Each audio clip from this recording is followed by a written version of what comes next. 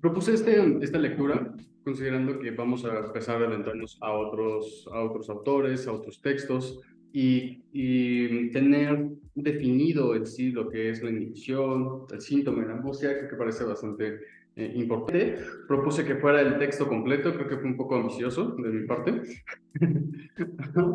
Ya una vez revisándolo y cuando me encontraba creo que llegando al tercer apartado dije, esto es demasiado, ¿no? Entonces mejor es cuando mandé la propuesta de que mejor llegáramos hasta el cuarto, e idealmente, sinceramente creo que a ver si nos da tiempo, ¿no? Luego tendemos a extendernos y bueno, al menos los tres primeros apartados creo que me parecen fundamentales. Creo que desde el inicio, ¿no? ¿De qué se trata esto de síntoma e inhibición? Angustia aún no lo tocamos, ¿no? Al menos no en este apartado.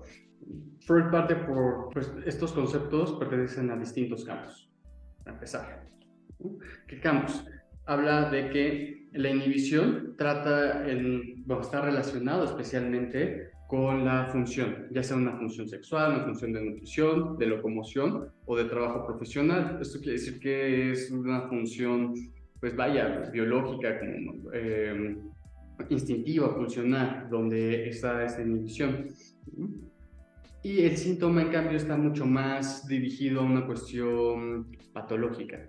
Creo que es algo mucho más obvio para nosotros, un síntoma pensándolo desde un esquema médico. Muy similar a la diferencia, muy similar a la diferencia entre signo y síntoma, por ejemplo, de un síndrome, donde el signo es algo que se ve, el síntoma es algo que se... Para poderlo profundizar más y abarcar, Freud escoge la función sexual como primera, a ver de qué se trata esto de la inhibición. Ok, aquí tiene una serie que me pareció importante que dice que la función sexual se halla sometida a muy diversas perturbaciones que en su mayoría presentan el carácter de inhibiciones y estas se reúnen bajo el concepto de impotencia psíquica.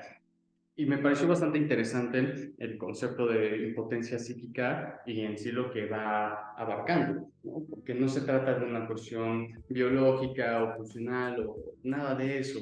Y creo que ahí sí está muy de acuerdo en sí, creo que es de las únicas cosas donde la medicina está de acuerdo con nosotros, ¿no? Donde la impotencia y todo eso tiene que ver con aspectos más emocionales. No hay en sí algo que pueda ayudar. Existen las pastillas, existen los niños retardantes, ¿no? Esas cosas, pero en sí no hay algo que pueda solucionar el problema como tal, curarlo. Y Freud propone varios como puntos donde cómo podemos pensar esta impotencia psíquica y en especial especialmente en los hombres, ¿no? Que es a través de la desviación de la libido y al principio del proceso, o sea, es el displacer psíquico. Yo aquí me lo imaginé como el estar teniendo relaciones y no pudiéndose concentrar, ¿no? Teniendo todas las angustias y todas las preocupaciones de la vida, tanto que en un momento se pierde, ¿no? La falta de preparación física indispensable, o sea, es tal cual una impotencia, no poder conseguir una erección, o la abreviación del acto sexual, que es la eyaculación precoz. ¿En qué punto se considera eyaculación precoz, no? Habrá los que con solo ver a la mujer pues ya se terminó todo, otros que apenas están en el proceso, y hay unos una vez escuché un caso de un hombre que podía estar ahí 15 minutos y él se consideraba eyaculador precoz, ¿no? O sea, estar en 15 minutos pero para él era un eyaculador precoz y me pareció algo bien interesante porque no importa en sí cuánto tiempo, la calidad, nada de eso. Lo que importa es que él se consideraba impotente. La cuarta es la interrupción del mismo antes del desenlace natural, o sea, vaya, no termina, y la falta del efecto psíquico, falta de la sensación de placer creo que Freud en esta parte es muy claro, la resume muy rápido, ¿no? Creo que casi todos los trastornos sexuales del hombre al menos pueden entrar aquí, ¿no? Y ya para los que no, él abre otra línea que es otra perturbación, o sea, otras perturbaciones ya más relacionadas a una cuestión perversa o fetiche. Y ayer, justo en la clase que estábamos de Clínica 2, estábamos hablando sobre el acto perverso y cómo también se trata de una cuestión más compulsiva. Vaya, es que el psicópata, ¿no? Asesina por placer y por gusto. Bueno, ayer justamente lo poníamos en duda, como Claro que no, o sea, mata porque no tiene otra opción. Si le genera placer, bueno, ¿no? Pero es algo que tiene que realizar. Al igual que, al igual que el fetichista. Hoy en día es como muy común escuchar como, no, es que tengo un fetiche, o esas cosas, ¿no? Bueno, yo soy joven, pero... Sí, me lo ¿no? Pero, sí, ya soy papá. Tradicional, está bien. ¿No? Pero es muy común escuchar esto de, no, es que a mí me gustan los pies, o esas cosas, ¿no? Y es algo que hace poco hablaba con los pies de, es que, o sea, si se hablara más, si se supiera más sobre qué es un fetiche, nadie quisiera tenerlo realmente. Nadie estaría presumiendo que tiene un fetiche porque sería una tortura para ellos, porque es algo que tiene que ser indispensable que esté presente, porque si no, vaya, no hay placer, no hay ni oportunidad de llevar a cabo la relación sexual, ¿no? Pero como vimos, lo que representa es algo mucho más profundo, representa esta idea de la completud, de la unión, de un ser completo, ¿no? Y en específico de la madre fálica, la madre completa.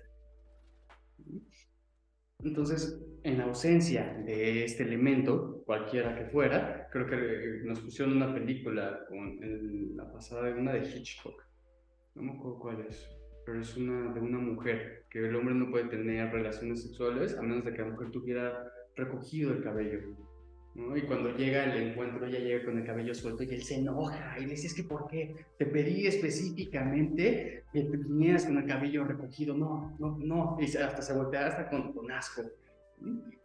Por favor, ve al baño y arréglate, le dice.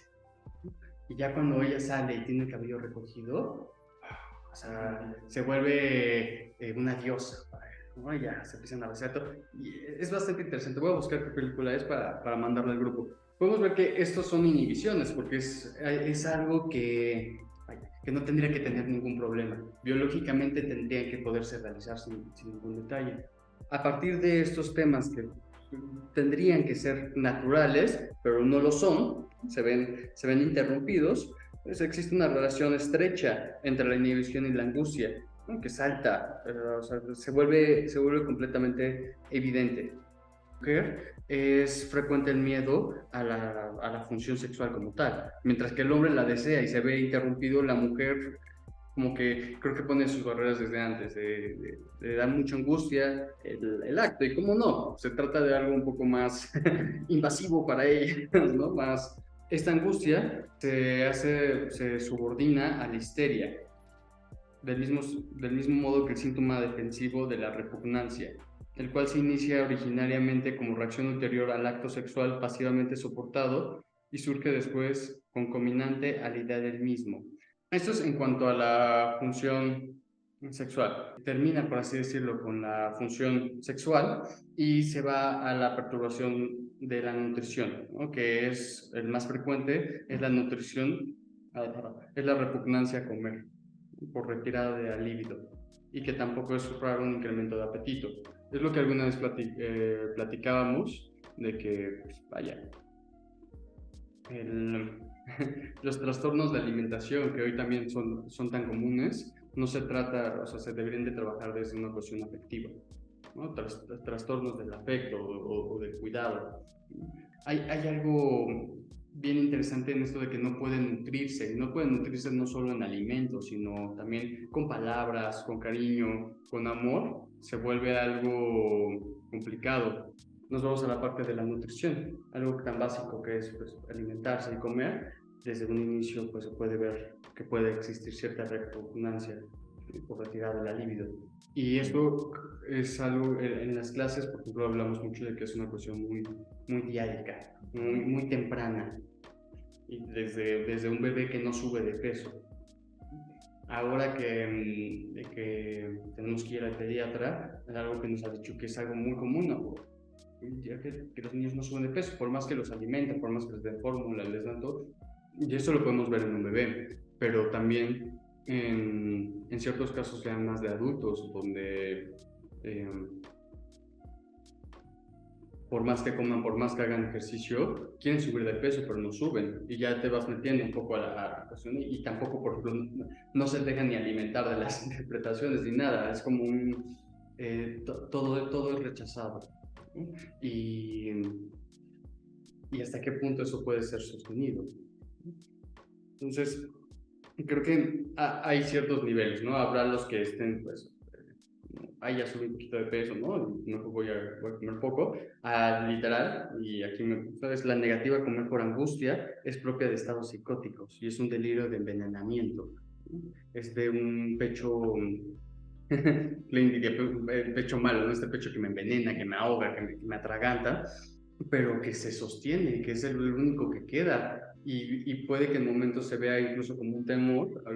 Aquí en la locomoción aparece inhibida en algunos estados neuróticos por la repugnancia a andar o por las debilidades de las extremidades abdominales. Esto podría relacionarse a enfermedades psicosomáticas. Ahí es más bien estas como cuestiones catárticas de perder las piernas de alguna manera, ¿no? Es muy común en ciertas escenas, en ciertas escenas histéricas, perder las piernas, ¿no? O desmayarse, o perder, pues de pronto los brazos caen, ¿no? Sí.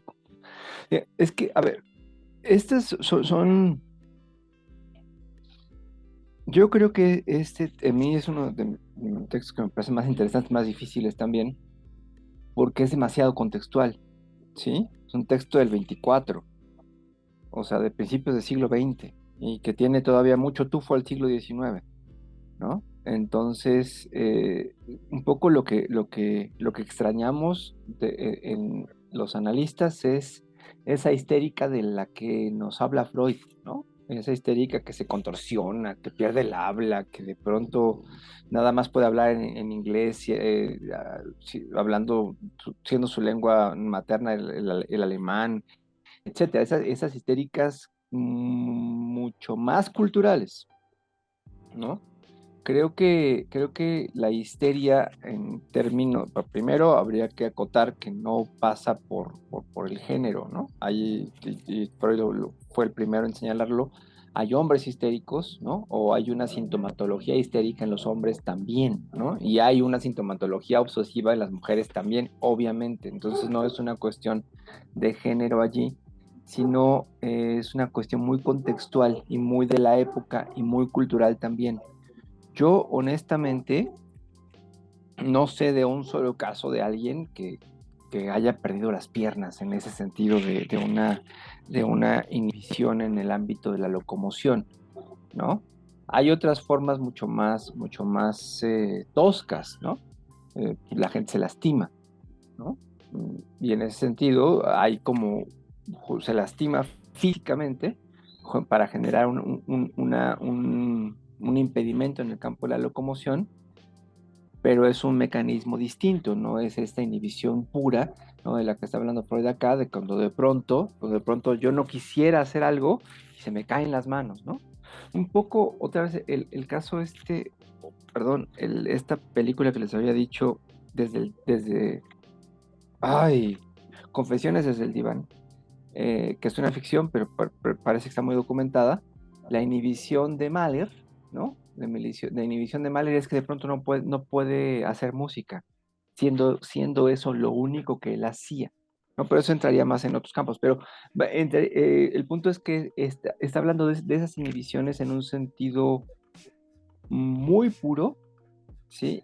Que creo que son actualmente más comunes en campos psicóticos, sí, pero aún en ese ámbito, la psicosis actualmente, esa psicosis de la que Freud habla, nos es muy difícil de ver. ¿Por qué? Porque la psicosis está psiquiatrizada. Entonces, la psiquiatrización con todo el dispositivo químico, asilar que implica, no nos permite verla como un fenómeno psíquico, ¿sí? Entonces, digamos, creo que todo esto tiene un valor terrible y no dudo que pase, pero pasa de una manera distinta a como lo está planteando acá, ¿no? No sé cómo ven ustedes eso, porque creo que es un trabajo es un trabajo que hay que hacerle a los textos de Freud, que sí implica una actualización. Hay que actualizar los textos, evidentemente, y, y no, digamos, pretender que encontraríamos la misma inhibición. Lo interesante sería pensar cuáles son las formas contemporáneas de inhibición, que ya no son estas, creo. Creo que la anorexia y la bulimia se mantienen, la inhibición en el ámbito de la nutrición se mantienen. Pero estas otras, particularmente las de la locomoción, pues me parecen más complicado de ver, ¿no? Pero bueno, yo lo plantearía desde ahí. Por ejemplo, una de locomoción pudiera actualmente ser algo de no poderse mover a lo largo de, bueno, por la ciudad. Por ejemplo, una inhibición en ese sentido, no poderte desplazar por X factores, esa sería una inhibición, que no pasa, que es una inhibición obviamente psíquica, ¿sí? No pasa porque haya un impedimento en las piernas, ¿no? Por caminar o por moverte, pero la inhibición va por otro orden, ¿no? Justo Sí, sería un ejemplo. exacto, por ejemplo, un hombre que no puede manejar, teniendo casi 30 años, y le dicen, bueno, te enseñamos, aprende, toma unas clases, y dice, no, no puedo porque no sé manejar. Ajá, es como, y ese círculo que es como no. No sé si esto también cuenta como inhibición, pero a ver, igual me equivoco. Pero no sé, también estaba pensando como, por ejemplo, los pacientes que constantemente se lastiman, o bueno, que se accidentan, que tienen como accidentes y que se enferman y que les pasa esto. Porque creo que actualmente, bueno, al menos en mí es algo muy común que pasa en la clínica de gente que constantemente se está, pues sí, accidentando, que le pasan cosas. Creo que sí, creo que sí. Creo que esas son las inhibiciones o que son inhibiciones mucho más, vamos, mucho menos rimbombantes, pero mucho más puntuales y mucho más prácticas en el campo de la clínica. Están esos pacientes, es que hoy no pude ir porque, es que pasó qué, es que, el es que es básicamente una forma de inhibición. Ahorita con lo que mencionan, a propósito de esta revisión o recontextualización de los trabajos freudianos, me vino a la mente también a propósito del caso de Ana O, como en aquel entonces, en ese marco tradicional freudiano, digamos, pues ella era histérica, ¿no? Pero con los desarrollos contemporáneos, yo diría desarrollos más que avances, quizás, ahora ella entraría en una categoría probablemente más de una personalidad limítrofe, podría ser. Entonces, me parece bien importante esa cuestión de, al momento de revisitar los textos, de leerlos con nuestras herramientas contemporáneas, nuestras formaciones y demás, pues justamente cuestionarlo a propósito de, bueno, eso es lo que se estaba elaborando en aquel entonces. Ahora, ¿qué podría ser? O con los avances que hay ahora, con los desarrollos, pues, ¿qué se puede elaborar? Porque efectivamente se encuentran, pues tan solo de todo, como hemos visto en todos los círculos, básicamente, pues todos los cambios, ¿no? A propósito de todas las como dimensiones, digamos, o las perspectivas que hay desde el propio Freud de su obra. Entonces es bien interesante.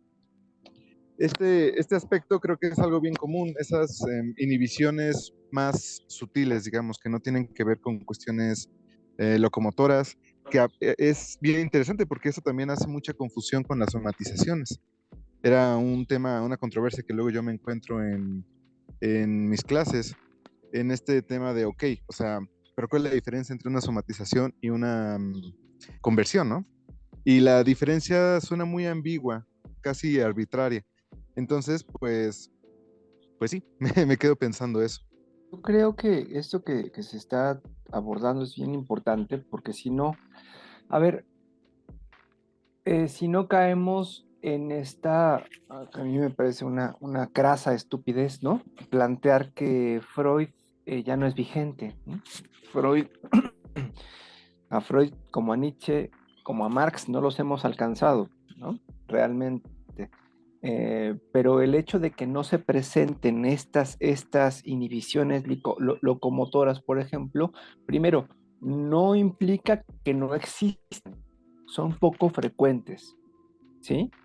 Y no quita que tomen otras formas, como estamos mencionando, y particularmente creo que la pregunta importante es justamente pensar cuáles son las formas de inhibición.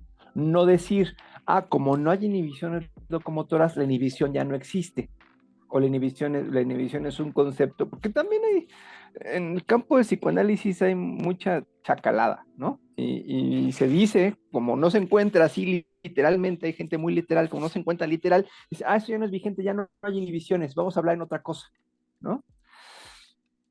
No, sí hay inhibiciones, no son así, y no dudo que sí se puedan presentar, pero se presentan evidentemente de otra manera. Acá lo importante, creo, es ubicar la relación que existe entre la inhibición y la angustia, ¿no? Creo que eso es lo fundamental. La pregunta que nos tenemos que estar haciendo es cuál es la relación que existe entre la inhibición y la angustia. Ya después podemos pensar cuáles son las formas contemporáneas de inhibición. Ahora, bueno, ustedes me conocen. Yo, yo Yo estoy muy en contra de las nomenclaturas psiquiátricas. Yo creo que el psicoanálisis no le debe nada a la psiquiatría, ¿no? En ese sentido también creo que hay un gran abuso en términos de, un abuso en términos del uso, de alguna forma, de ciertas categorías como limítrofe, ¿no? O sea, ¿de dónde viene, no? Lo limítrofe, pues viene de Kemberg, ¿no? Viene de Kemberg y es quien más lo voy a estar apuntando y pues yo no sé si Kemberg valga mucho la pena, perdón por mis purismos ahí, pero Kemberg creo que va por otro lado y que no necesariamente, y que acá lo importante no es tanto, creo que la cuestión de las nomenclaturas son contextuales, y que finalmente también pueden operar como distractores. Creo que si regresamos a las preguntas más básicas es como se mantiene vigente esta discusión. No sin mencionar, claro, esta cuestión de lo limítrofe u otras categorías de que Ana O, qué era Ana O, si era histérica o si, pues yo creo que allí sí funciona muy bien, ¿no? Y ya sería un texto para trabajar después las estructuras psíquicas en el psicoanálisis, ¿no? Un psicoanálisis más de corte lacaniano va a plantear que existen tres estructuras. Está la neurosis, está la psicosis y está la perversión. Pare. Hay formas neuróticas, hay formas perversas, ¿sí? Eso sí, sí, claro. Pero las estructuras son esas. Y si nos mantenemos en el campo de las estructuras, vamos a ubicar que finalmente si Ana O era histérica o limítrofe, o si alguien dijera que fuera limítrofe desde Kemberg, lo importante en todo caso, en términos clínicos y teóricos, es que estaba inscrita en el campo de la neurosis, ¿no? Hay un texto muy interesante y muy bonito además, se llama tal cual, Las estructuras psíquicas de Philippe Julien. Y él lo trabaja de una manera, trabaja la cuestión de las estructuras psíquicas de una manera muy amable y muy puntual en ese sentido. Pero esto solamente creo que sí tendríamos que orientar la discusión a lo anterior, ¿no? En términos de, cito mejor para no hacernos bolas, dice, algunas inhibiciones son evidentemente renuncias a la función. Ok, eso ya está claro. A causa de que durante su realización surgirá la angustia. Ahí está el punto, ¿sí? La realización de ciertas funciones va a provocar angustia. Y ahí viene la inhibición. Ajá. La inhibición como queramos verla, pero ahí viene la inhibición. ¿Por qué? Porque justamente la satisfacción o la realización de una función implicaría justamente angustia. Lo encontramos mucho, por ejemplo, cuando ahora que está tan de moda esto, porque a mí ya me da hasta flojera, pero bueno, está muy de moda esta cuestión, esta reflexión en términos del adulto, ¿no? De pasar a la adultez y ahora soy adulto y qué significa ser adulto y, y, y cuando busco un adulto responsable, yo soy el adulto responsable, pero no soy responsable de nada, ese tipo de cosas, ¿no? Este, es muy común mucho más en la generación de ustedes, también en la mía, tristemente, ¿no? Pero esa discusión implica eso, cuando alguien no puede encontrar trabajo, ¿sí? Cuando un chico que está saliendo de la universidad, ¿sí? Y se enfrenta a la necesidad de encontrar trabajo, ¿qué pasa? No quiere encontrar trabajo, no quiere, sí quiere, no desea encontrar trabajo. ¿Por qué? Porque justamente acceder a esa función le implica mucha mayor angustia. Esto es, si ya tiene trabajo, si ya tiene ingresos, si ya tiene responsabilidades, ¿sí? Ya no depende de los padres. Entonces, no depender de los padres, además de enfrentar sus propias responsabilidades o hacerse cargo de manera personal, de manera subjetiva de las responsabilidades de trabajo, eso por supuesto genera angustia. Entonces, la inhibición ahí está en que el chico, la chica, no encuentra trabajo. Yo sé que eso no es tan romántico como se lee en el texto. Yo sé que esto que digo es bastante desabrido, si se quiere, pero son las condiciones contemporáneas también. No sé qué piensen de eso, perdón, ya tomé mucho la palabra. Sí, luego puede ser un poco complicado, ¿no? El leer los textos de Freud, que finalmente ya tienen 100 años, y traerlos hoy en día tal cual como los leemos, pues sí parece un poco tal vez iluso de nuestra parte. A veces a mí me pasa que yo busco justamente encontrar esto tan claro en la clínica y luego pues no lo hay, es más complicado, ¿no? El único caso que yo he escuchado alguna vez de que alguien dejó de caminar sin razón aparente, justo es creo que es de una tía abuela mía, de que creo que atropelló una vaca, una cosa así. O sea, algo muy, vaya, aleatorio, y no volvió a caminar en su vida. No le pasó nada, o sea, el accidente, pues, la vaca se murió, pero al coche no le sucedió nada, a ella no le pasó nada, simplemente ya nunca volvió a caminar en su vida. Obviamente, tampoco volvió a manejar. Y ahí quedó, ya. ¿No? O sea, es como el único ejemplo que yo tengo que por ahí alguna vez he escuchado que como, pues, nadie supo qué pasó, pero pues le compraron su silla de ruedas y la empezaron a llevar a todas partes y ya. O sea, también, ¿qué tanto, tanto la familia se puede suscribir a la inhibición de una persona?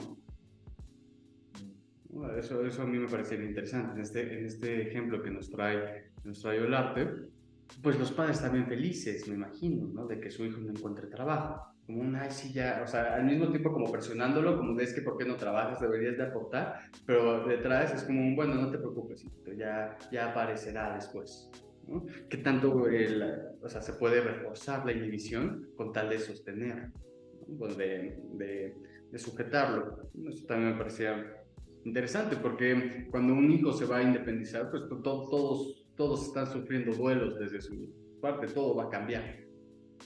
Entonces, el hacer frente a eso puede justo, no sé si puede existir una inhibición grupal ¿no? o algo así de que más bien se la cargan a alguien. Pero eso es más interesante porque creo que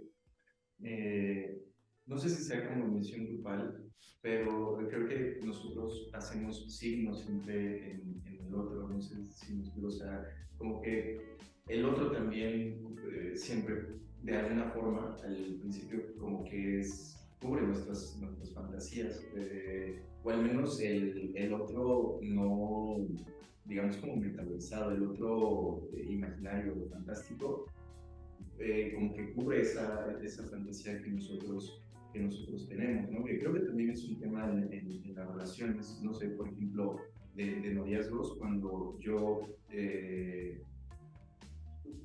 no sé, me enamoro de la otra persona por la imagen que yo tengo, por el ideal que yo me he creado en mi mente, y es al final como normalmente no de la persona real, ¿no? Con sus fallas y todo, sino de lo que yo tengo en mente. Creo que es un poco eso, al final es a conectar con la fantasía, como utilizar al otro para tapar eso, no sé si me, me explico, y creo que eso siempre es en las relaciones al inicio, es lo que te platicaba que yo lo pienso mucho como no se puede conocer como la cosa en sí, sino la vamos descubriendo a través de cómo va sucediendo en la convivencia con el otro. Y creo que puede ser un poco de eso, no sé.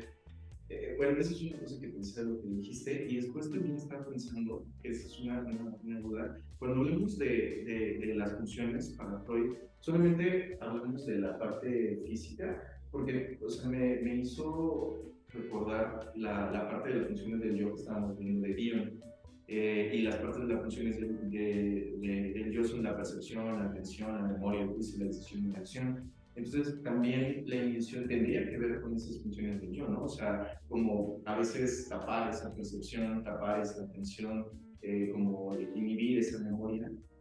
Tal vez no sea como caminar, ¿no? O sea, que se me duerma un brazo como los convulsivas o los convulsivos. Ahí yo creo que en un sentido estricto, las funciones físicas son yoicas. O sea, que todo lo locomotor implica funciones yoicas, evidentemente, ¿no? Como esas funciones que el yo tiene, ¿no? De hacernos funcionar en el mundo, ¿no? Hacernos operar en la realidad y operamos en la realidad en un sentido corporal. Entonces, esas funciones corporales, ¿no? Finalmente creo que son de fondo funciones yoicas, ¿no? Ahora, siguiendo con esto de la inhibición locomotora, va a haber otro elemento que va apareciendo, ¿no? Que es justamente la fobia. Entonces, las fobias, en todo caso, podrían pensarse en principio también desde una perspectiva desde la inhibición, ¿no? La agorafobia, la inhibición a salir a los espacios abiertos, ¿no? Por ejemplo. Entonces, iría un poco también por ahí. Aunque creo que ya las fobias ya formalizadas, ¿no? Implicarían un trabajo distinto, aunque no podemos dejar de ver que tanto en el campo de la fobia como en el campo de la inhibición, lo que está operando allí es justamente un posicionamiento ante la angustia. Es por completo cerrar un camino, ¿no? Por así decirlo, la fobia es, no, vaya, no voy a salir de mi casa, es algo... Creo que la fobia sería una cristalización de la inhibición, ¿no? Una cristalización y una forma ya mucho más, cuando la inhibición se hace casi estructura, ¿no? Y se formaliza en un discurso también. Yo tengo miedo a, y como tengo miedo a, no puedo acercarme a, o no puedo hacer esto o aquello. A ver, yo soy claustrofóbico, entonces no puedo viajar en transporte público. Luego entonces no puedo viajar. ¿Sí? Creo que va por ahí. Sí, y ahí es donde también entra un poco lo que tú mencionabas de las funciones yoicas, ¿no? Por ejemplo, de la decisión. Porque ahí también existe una decisión, ¿no? aunque no parezca en un decir, yo ya no puedo hacer eso, es una cuestión determinante para la persona. Sí. Y eso es, claro, una fobia, como dices, me gustó mucho lo de la cristalización de una inhibición. Creo que lo deja en palabras muy claro. Pensando igual en algo un poco más cotidiano, es como estas personas que dicen, como, es que yo soy muy indeciso, y llegan a un punto en el que de verdad no toman ni decisiones para ver qué película. ¿No? Creo que Netflix y como todas las plataformas han empeorado toda esta situación. Uno puede pasar una hora viendo qué ver y al final no ve nada porque ya se acabó el tiempo para ver la película. Pero no sé si justo ahí pueda caer una cuestión del deseo, de quererlo en sí todo. Hace poco escuché un ejemplo de que cada decisión es una renuncia en sí. Porque cuando se toma una decisión, pues algo queda atrás. Y el trabajar eso, algo muy burdo, ¿no? Me voy a comprar un suéter, estoy entre el rojo y el verde, pero ya cuando me compro el rojo, ¿cómo voy a poder tolerar después no haberme comprado el verde? O sea, es algo bien difícil. Entonces, llegar ahí y no poder saber qué camino tomar, qué suéter tomar, hace que uno pueda decir, mejor no compro ningún suéter, ya volveré la siguiente semana. Creo que todo el tiempo podemos estar viendo inhibiciones, solo ubicándolas. La angustia parece que es el mejor indicador. Donde hay angustia es donde pudiera haber alguna inhibición. Algo así, es algo como lo estoy pensando, como cierta brújula. ¿Y qué tanto se puede relacionar entonces la inhibición a la capacidad de trabajo? La inhibición de locomoción a la de trabajo. Porque creo que aquí son dos categorías que pudieran ser muy, muy borrosas las líneas.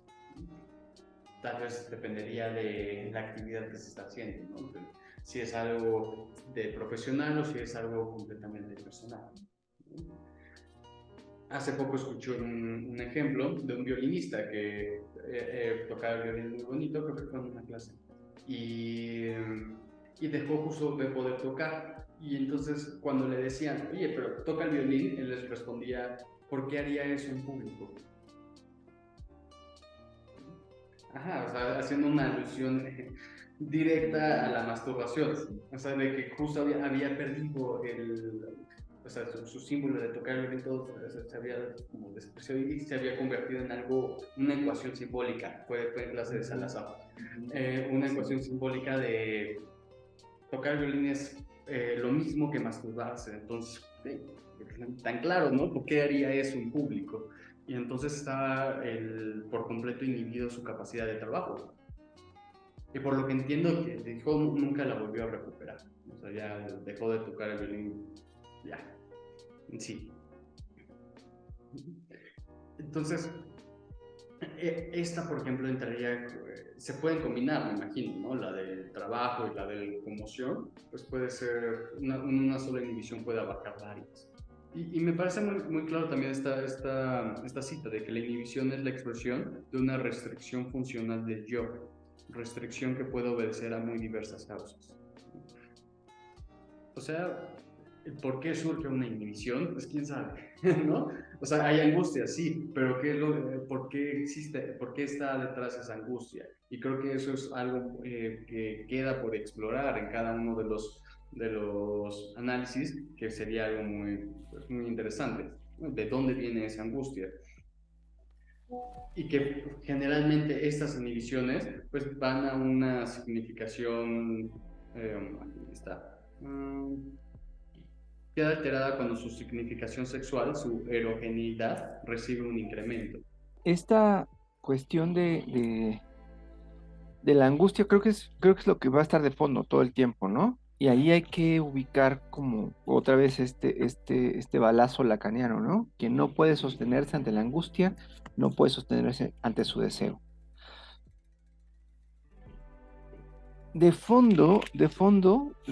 Según el texto, y creo que y ahí estoy completamente de acuerdo, es que realizar algo me va a provocar angustia. Ojo, pero no realizarlo también me va a provocar angustia.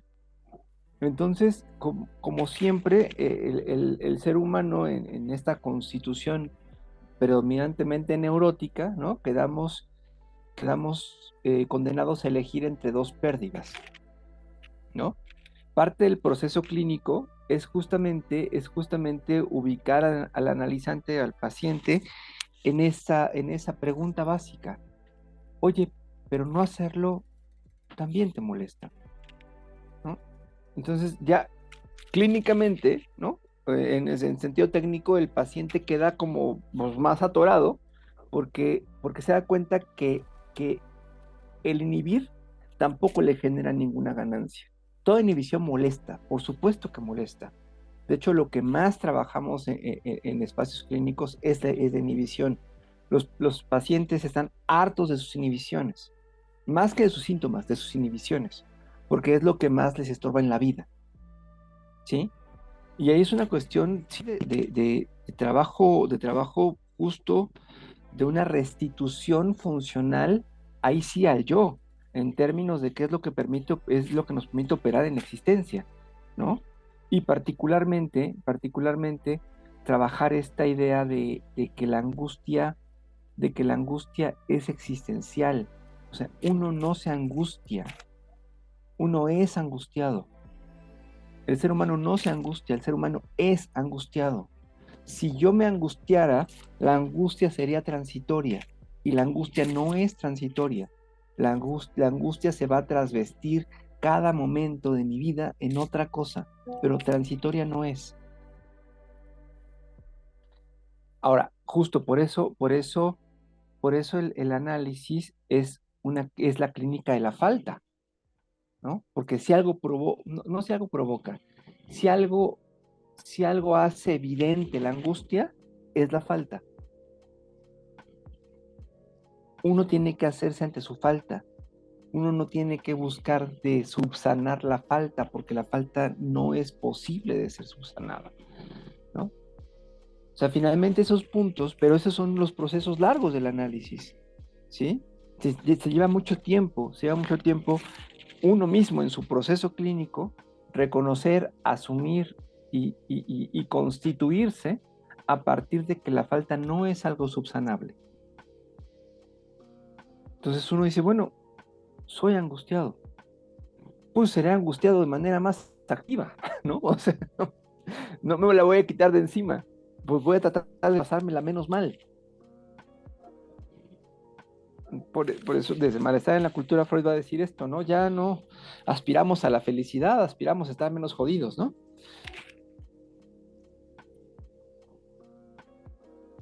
Creo que por ahí va esta cuestión de la angustia. Porque también sí se genera un fantasma muy posmoderno, en términos de que sí se puede quitar la angustia, ¿no? Y es un fantasma además de efecto del dispositivo psiquiátrico. Sí se puede quitar la tristeza con un chocho. No se quita la tristeza, se quitan los signos de la tristeza, pero no la tristeza. Porque sí, creo que es lo que está de fondo. Y yo no sé si Freud podía ver esto. Freud, siglo XIX, principios del siglo XX, Freud sí pretendía curar. ¿Sí? Creo que hasta Malestar en la Cultura ya hay una renuncia a eso, pero es de los últimos textos. Bueno, ese también es bastante avanzado. Pero sí, en Freud hay un delirio curandero todavía, que tiene que ver mucho con Freud, mucho con su propia condición neurótica y con sus propias cicatrices narcisistas, ¿no? Creo que estamos en un momento distinto y que hay una reflexión posterior, ¿no? Que nos permiten pensar la angustia y posicionarnos ante la angustia de una manera distinta. Ya no Lacan, Kierkegaard, la fuente de Lacan, ¿no? Son avances, ahí sí son digamos, cuestiones que nos han permitido, ¿no? Pensar la angustia de una manera distinta, no como algo que haya que quitar. Y no porque no nos gustaría, por supuesto que nos gustaría, porque no se puede, nada más por eso. Ya no se trata de buscar en sí la felicidad, sino de vivir menos jodido. Y que irónicamente también eso abre la oportunidad o esos pequeños como paréntesis donde uno puede justamente estar menos angustiado, ¿no? Vaya, o sea, un momento donde no haya angustia, que consideraría hoy más como un paréntesis, ¿no? A un estado donde no lo hubiera por completo y que los paréntesis fueran angustiosos, no, yo lo pondría más al revés, porque pues la vida es angustiosa. Ahora, ahí es bien interesante esto, ¿no? Porque digamos que en esto se juegan fantasmas religiosos y fantasmas culturales, fantasmas modernos, ¿no? De que la felicidad es posible. No solamente es posible, la felicidad es tu meta, ¿no? Nada chinga más en la vida realmente que tener esa idea de que esa felicidad completa es tu meta. Ahí está una fuente de angustia, ¿no? Cuando justamente renunciamos a eso, cuando decimos ya no se trata de ser felices, sino de vivir menos jodidos, es que podemos vivir de manera más alegre. Creo que eso es la apuesta, vivir de manera más alegre. Porque si yo vivo esperando alcanzar esa felicidad, yo no quiero saber qué hay más angustia que eso. Permítame, Sandy. Sí, adelante. Sí, y de hecho esto, como ahorita lo mencionó Late, me recordó a lo que ayer hablábamos sobre el colgado, el tatuaje, ¿no? Donde desde cierta perspectiva uno podría decir, Elizabeth, ¿no? Que alguna vez estando en los seminarios me comentó, como es que ustedes solo buscan confundirse más, ¿no? Eh, de Elizabeth, ¿no? Y desde esa perspectiva pudiera ser, como ayer hablábamos, de ver al hombre colgado, de la carta, del arquetipo. Y sí, que está siendo humillado, nadie va a ser nunca feliz y hay que soportar la angustia y hacerse cargo de su propia angustia, pues vaya, no vende muy bien, sinceramente, ¿no? Para nada. Pero el hombre colgado, justo desde su propia perspectiva, como ayer me lo platicabas, es un hombre bailando. Y me quedé con esa idea en la noche, de que lo que hablábamos, y recordé de Zaratustra, donde él habla de que él no podría creer en un Dios sentado en su trono de oro y aquí juzgando. Entonces, creo que no. O sea, hasta qué aburrido pudiera llegar a suponer, ¿no? Si creyera en un Dios, sería en un Dios que bailara, un Dios que se mostrara más vivo, más alegre ante eso, ¿no? Ante, pues vaya, ante una, pues más un poco como lo que hablábamos también ayer de los dioses nórdicos, ¿no? En comparación a los dioses griegos. Y sí, se genera esta idea de que el psicoanalista o el filósofo son gente amargada. Pues habrá algunos, ¿no? Habrá algunos, habrán momentos, ¿no? Sí, pues sí, habrá momentos que todo apesta, ¿no? Sí, hay momentos, pero, pero eso verlo, creo que el gran reto, en un sentido subjetivo y de posición política, además, ante la vida, es que viendo todo esto, podamos o se pueda sostenerse en un sentido subjetivo la alegría, ¿no? En un sentido mucho más modesto que esa felicidad completa, ¿eh? Pero sí, creo que la alegría es muy alcanzable y que un compromiso en la vida en todo caso tendría que ver con eso, con sostener la alegría, con sostener la risa, ¿no? Eso que decían de Foucault, contaban que cuando estaba en sala, en la biblioteca, de pronto la biblioteca estaba así vacía y solamente se escuchaba una carcajada estruendosa, ¿no? Que sí, correía a carcajadas y ese es un gesto claramente nietzscheano, ¿no? La carcajada como una forma de afirmación de la vida. Y creo que la cosa va por ahí, ¿no? Pero no sé. Esto porque sí creo que hay poca reflexión a propósito de la angustia. Se dice fácil lo de la angustia, pero hay poca reflexión de fondo, eh, eh, más desgarrada a propósito de lo que implica justamente sostener la angustia o sostenerse ante su angustia. No se trata de resignarse, no se trata de renunciar a la felicidad, no.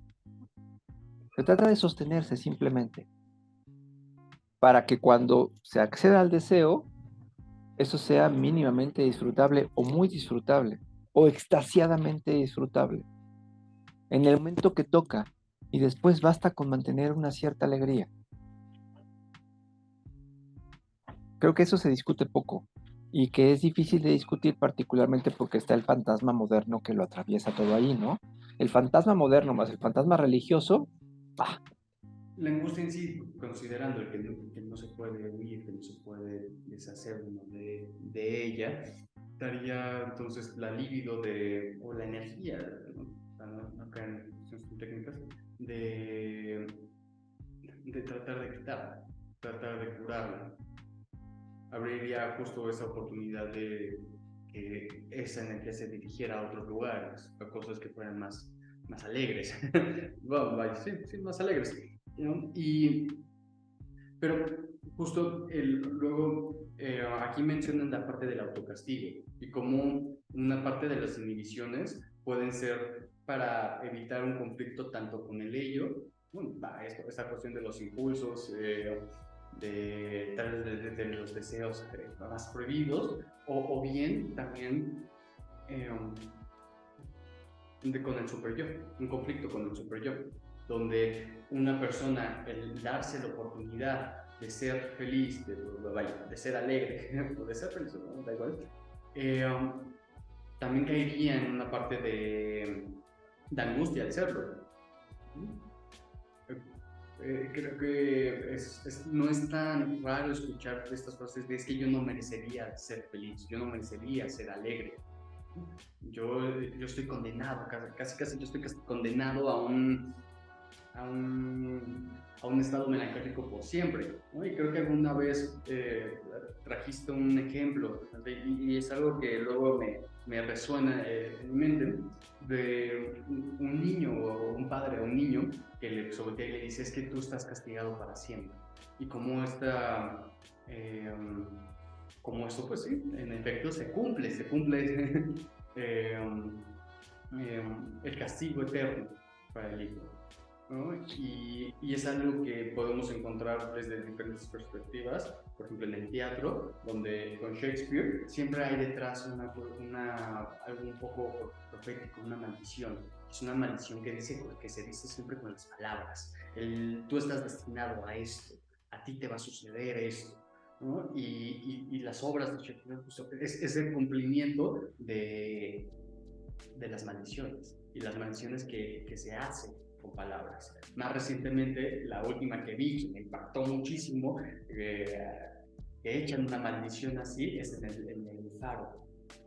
No sé si tú la puedes ver. En el Faro hay un momento donde William Dafoe, que excelente es, le echa una maldición. Y es un momento donde te impacta por lo que está diciendo, las implicaciones que va a tener.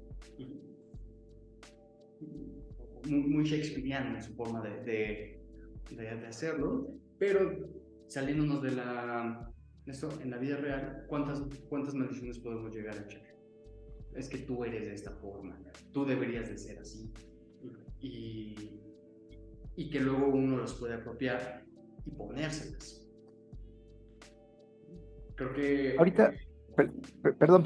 Ahorita que mencionas esto, creo que sí sería bien interesante acompañar este texto de esa película. Bueno, esta frase de estás castigado para siempre es de una película que se llama Shining. No da Shining, Shining nada más. Y la tradujeron como Claroscuro. Y es del pianista. Y la historia es justamente de David Helfgott. La historia es verídica, ¿no? No sé si viva Helfgott, creo que sí, pero bueno, finalmente, y también es una historia que va a dar cuenta del efecto de la inhibición hasta un grado de extremo importante, ¿no? Creo que es una cinta que tendríamos que ver justamente a la luz de este texto. Creo que podría ser muy potente el análisis de esa cinta, ¿no? No sé si está en plataformas, yo lo tengo en DVD, pero ya ni DVD se usa, ¿no? Pero sí la tengo en DVD. Si la requieren, pues podemos ver la forma, ¿no? Pero sí.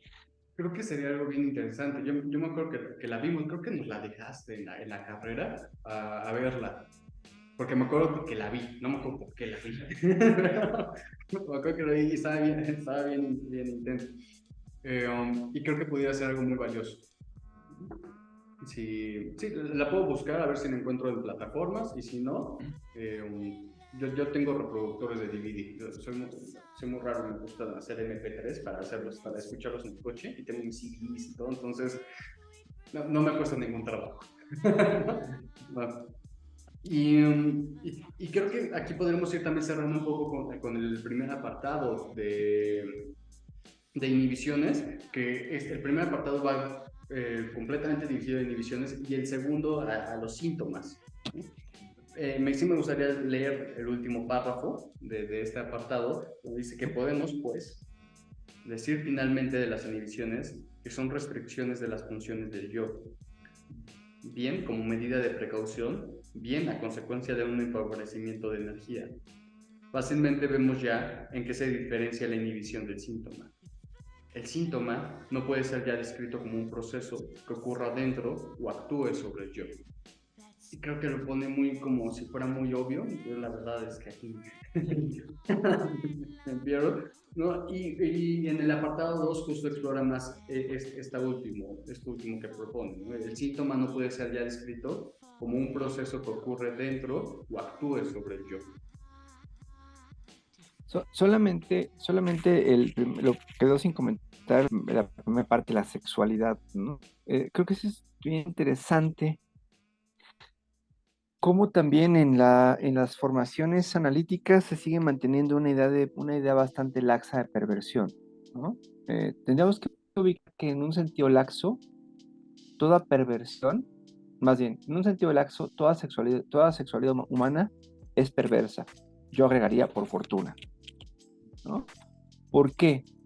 Porque lo no perverso hace referencia a lo que queda fijo. ¿Fijo en qué sentido? Fijo en cuanto a fin y fijo en cuanto a objeto.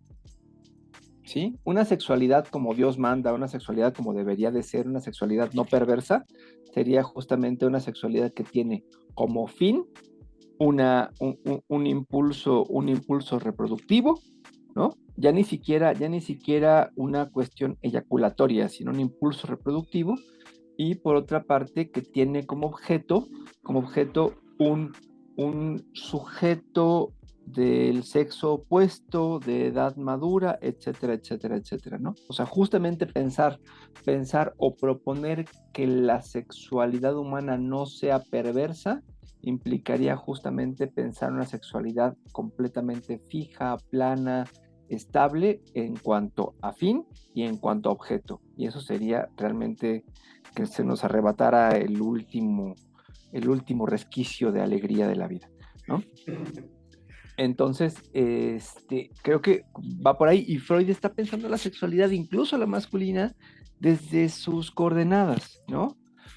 Los 5 puntos que propone: primero, la desviación de la libido al principio de placer psíquico, ¿no? O sea, que no haya una condición de placer que permita justamente la realización. La falta de preparación física, bueno, es obvio, la falta de erección.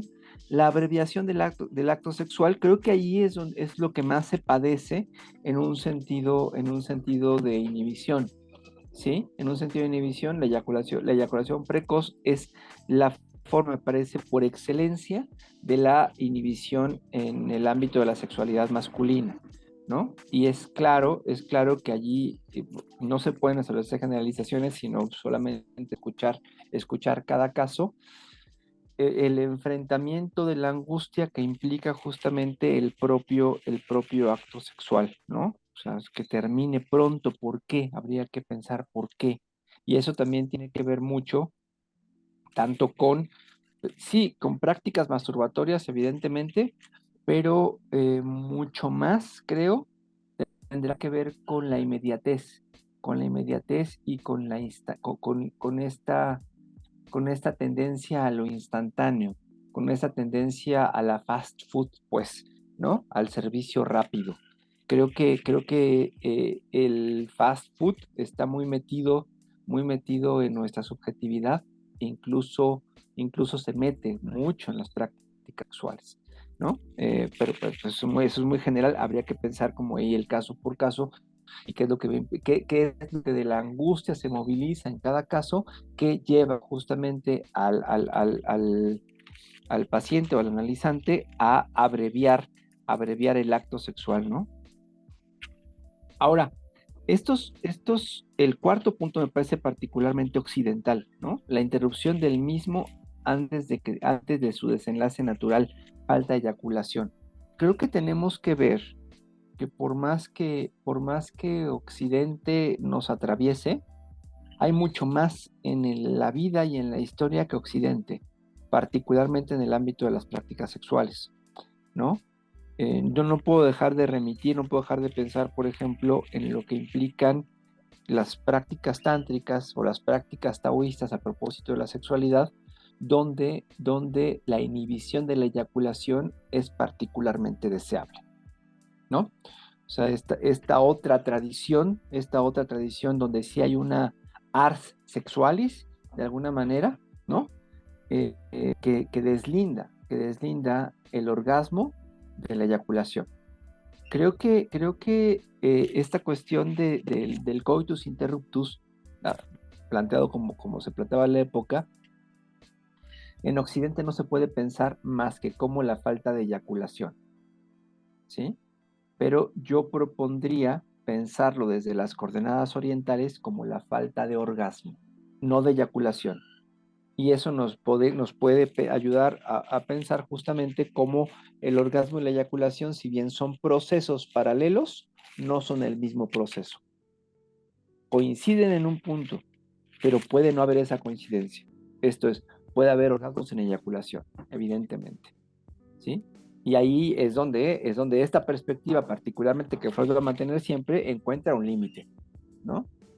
Que Freud no lo supiera, no sé, se me hace difícil, pero ya poco tenemos que pensar si Freud sabía o no sabía esto, digo, da igual. El punto es que nosotros sí sabemos que existen, que se puede, desde esta perspectiva tántrica o taoísta, se puede pensar justo procesos en paralelo y que en ese sentido, además, en ese sentido, si no se genera la eyaculación y si el orgasmo, no se pierde o no se queda inhibido el sujeto allí, ¿no? Por mucho tiempo. Puede continuar la práctica sexual, lo que también implica mayor angustia, continuarla, ¿no? Creo que eso es un punto bastante peleagudo que habría que estar pensando también, ¿no? Y obviamente lo otro, la falta del efecto psíquico de la sensación de placer del orgasmo, sí, ahí tendríamos que ver que tal vez en un sentido estricto el orgasmo es categóricamente placentero, pero puede haber una eyaculación sin orgasmo.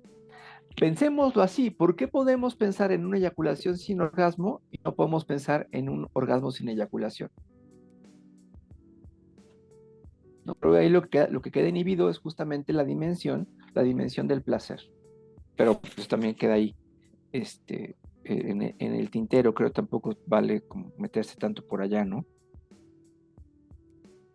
¿Qué piensan ahí de ese punto? Porque creo que Freud, si bien, a ver, Freud era un libertario en términos culturales e ideológicos, pero era conservador en sus prácticas como pocas cosas, ¿no? Entonces, esta idea o esta desvinculación del orgasmo, de la eyaculación, le hace ruido mucho al psicoanálisis y a muchos psicoanalistas. Pues es que sí, estoy totalmente de acuerdo con lo que dice Horacio. O sea, creo que muchas veces, o incluso como se enseña, siempre se junta la parte de la eyaculación con la parte placentera, ¿no? Creo que, es que, no sé, creo que también la parte masculina, ¿no? De la idea de lo que puede llegar a ser placentero para un hombre es como, o sea, se le quita como la parte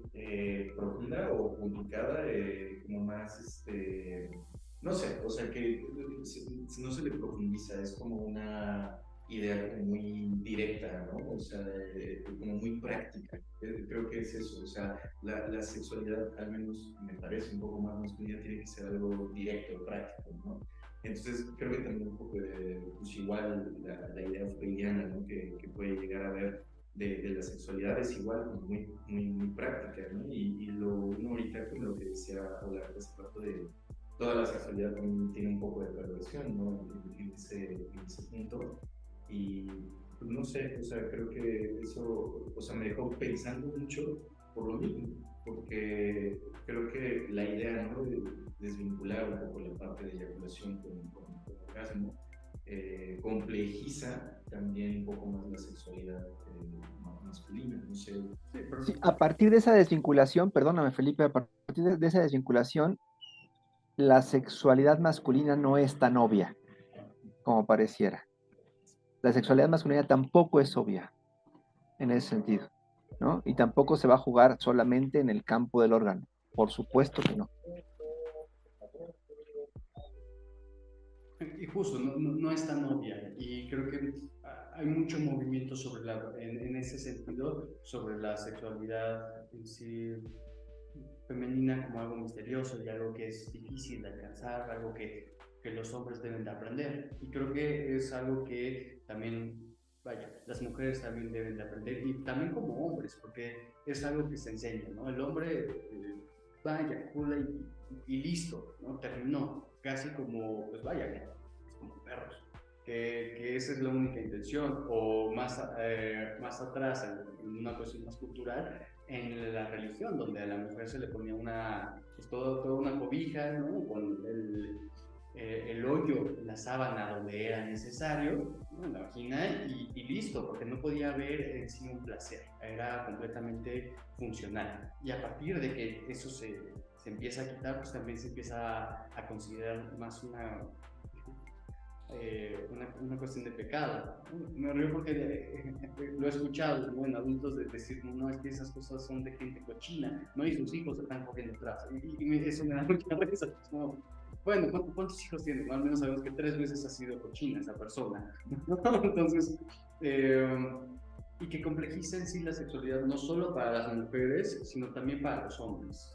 No, en cuanto a la sexualidad, no hay nada obvio. Y también es un momento muy angustioso porque, pues vaya, es un momento de mucha vulnerabilidad, de mucha intimidad, y es algo que siempre se le dice, ¿no? Como, vaya, que nadie te vea, ten pudor, respeta, y para sostener un acto sexual, al menos como hombre, también debe de sostener la angustia de ser un poco violento, de ser un poco agresivo, porque se necesita cierta violencia. Bueno, tampoco se trata de aquí de violar, no violentando, pero sí de tener ese aspecto un poco más, vaya, más vivo.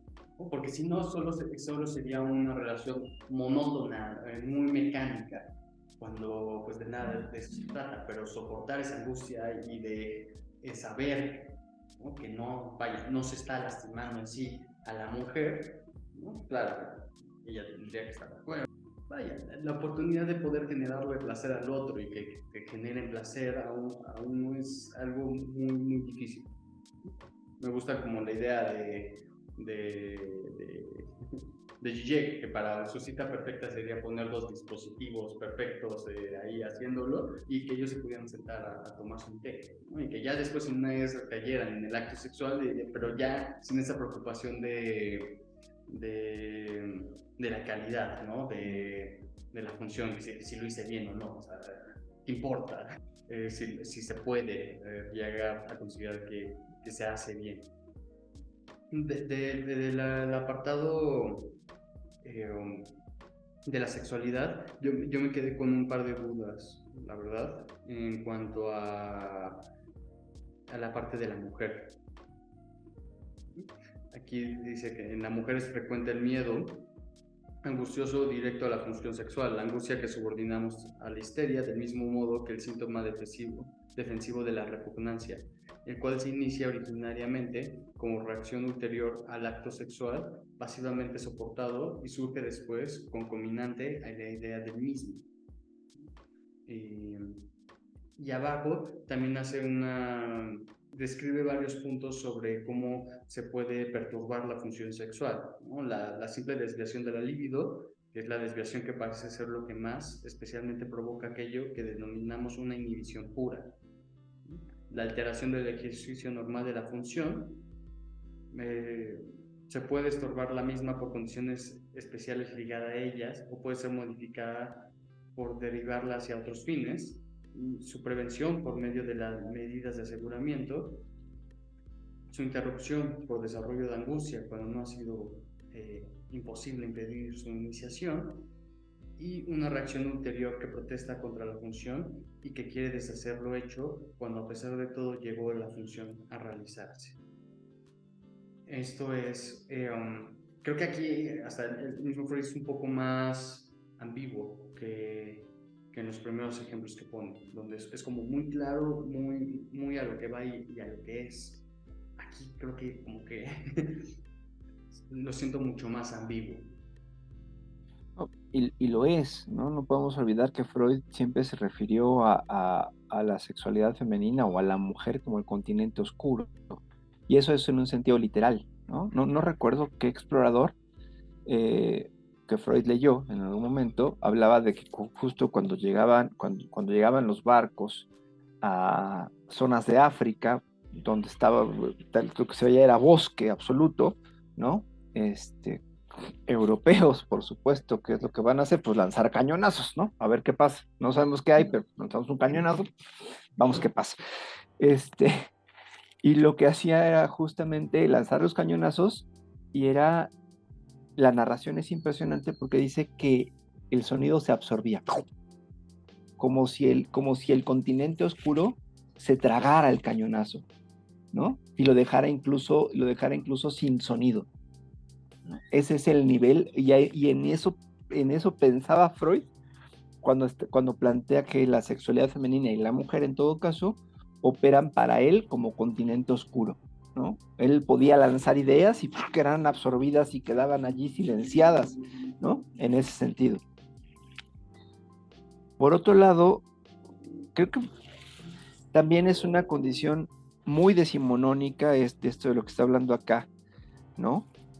Pero creo que esas dos cosas que sostienen principios se mantienen.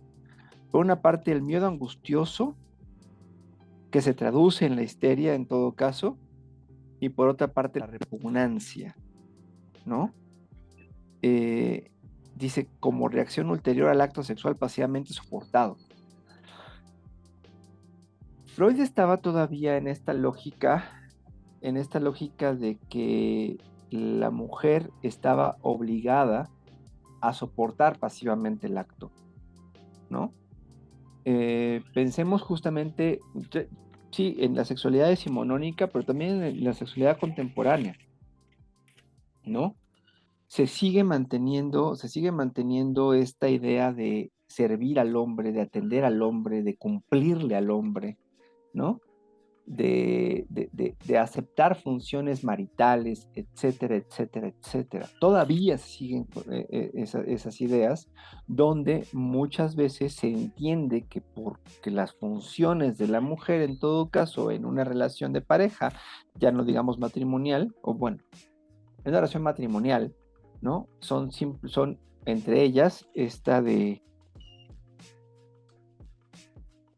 soportar pasivamente el acto, ¿no?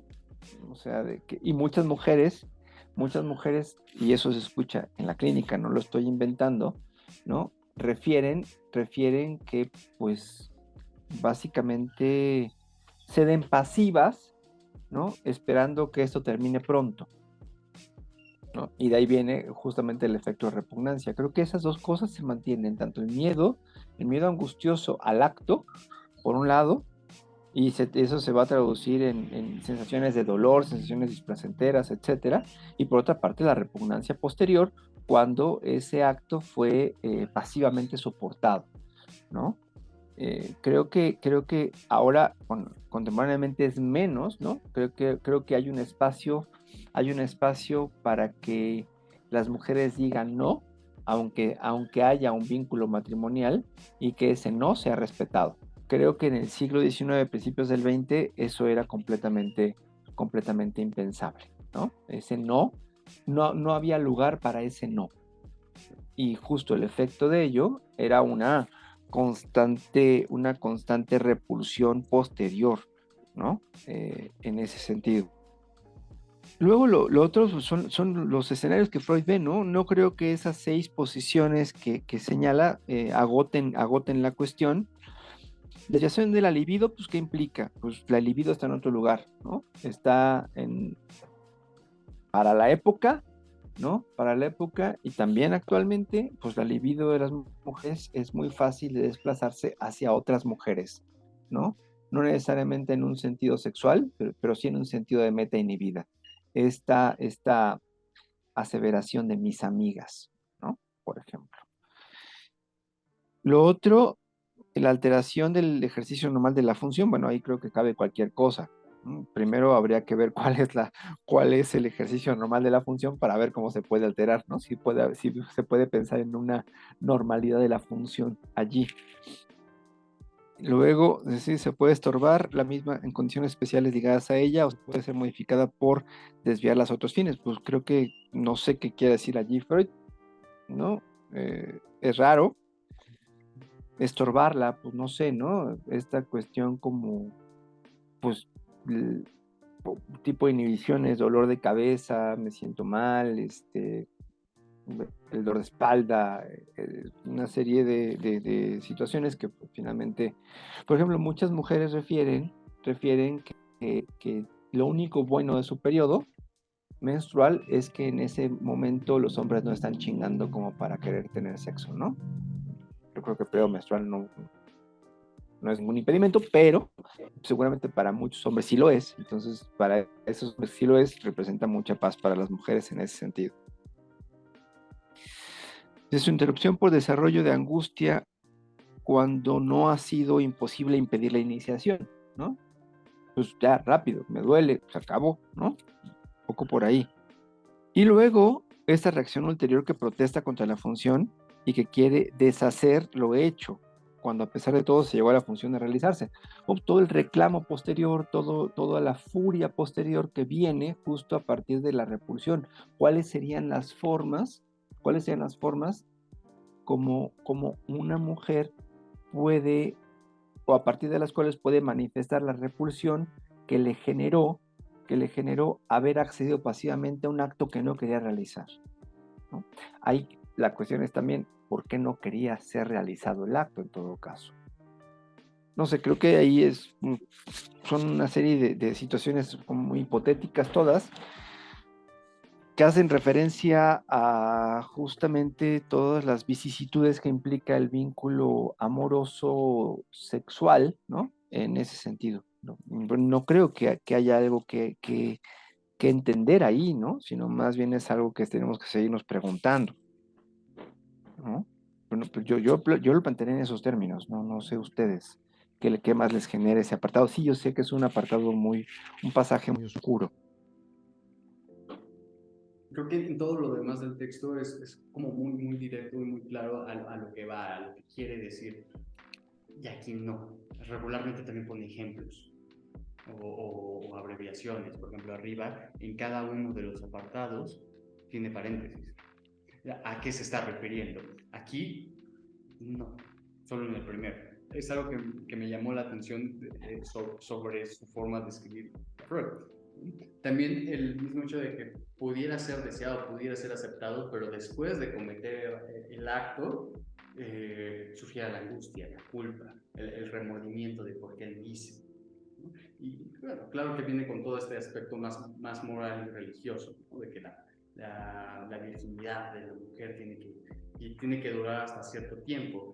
Y la angustia, ya una vez el matrimonio, por ejemplo, de presentarse frente a los padres como una mujer sexuada, bueno, o sea, sexualizada, que tiene, y también la angustia que eso despierta. Creo que es de todo, habla sobre cómo la mujer, al aceptar el apellido del hombre dentro del matrimonio, también es una negación o un símbolo al rechazo, al deseo de que renuncia al apellido de su propio padre.